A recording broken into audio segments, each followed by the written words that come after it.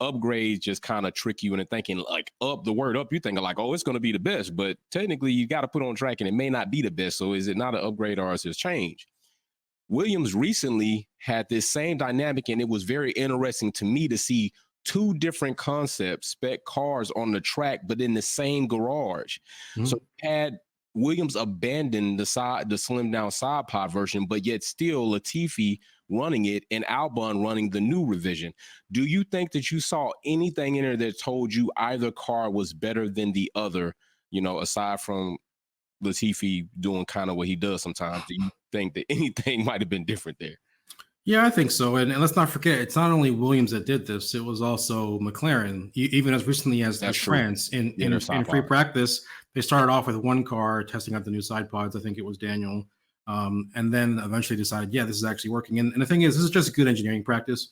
You always want to be able to do back-to-back tests, not only so that you can prove that the new version actually is better than the old version, but you can quantify how much better it is, right? These cars are very...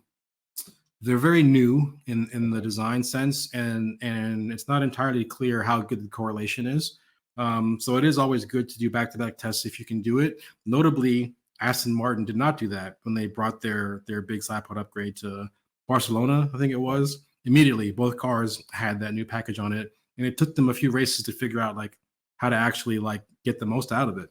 But no, in terms of what I've seen, I think that the shift that I've seen as far as Williams goes is that they originally designed their concept around like a very, very low ground clearance, very, very stiff ride that had like amazing sort of performance for the floor, but they were having the same porpoising and bottoming problems as other teams.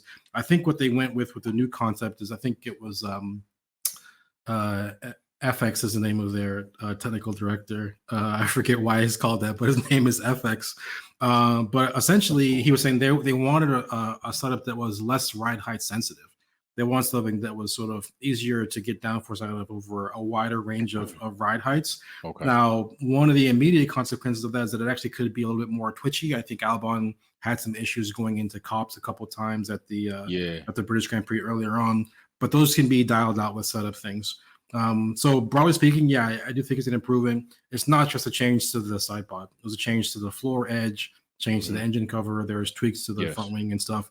But generally speaking, I think it is an improvement. And the fact that they've committed to giving Latifi those same upgrades now is an indication that internally they also think it's an improvement. Thanks for watching another episode of Wolfpack Performance. Don't forget to check out some of my other content on Formula One and motorsports topics. Like, share, subscribe, and we go live on the weekends. See you soon.